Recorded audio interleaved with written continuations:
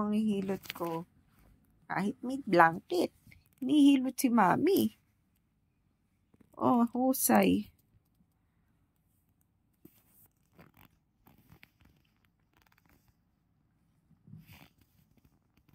Nag-aaral ata yun sa private, sa Bright Spark. Grade, ano ka na, no? Grade 2. Grade 2 na. Oh, so yan eh.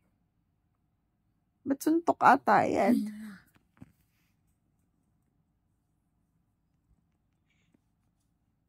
Iitiman na natin yung buhok mo, ano? Yeah. Anong color? Pink? Black. Black?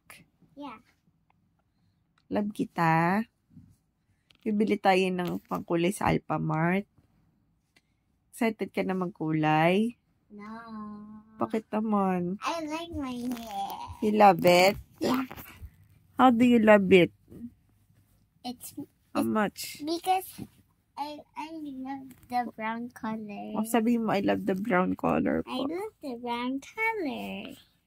Oh, i-rate mo yung hair mo. 9 out of 10. Eh, yung bangs mo. Ginawa si ni Lola. 6 out of 10. 6? Bakit? Umiyak ka kasi. Yeah. But you love it? Yeah. Umiyak ang bangs mo. Ganun mo, hahaba rin yan. Oh. Wink. Love you, ate, para ko. Love you then. Bye-bye. Matutulog ka na? Yeah. Bakit? Because I have to be early and help mommy to do the chores, and I already did it in the room. Mm-hmm. And tomorrow we have church, ha? So, wake up early.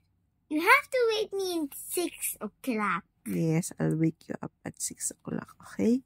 I have to get ready. And then, you pray to Papa Jesus first. Okay? Love you. Bye-bye.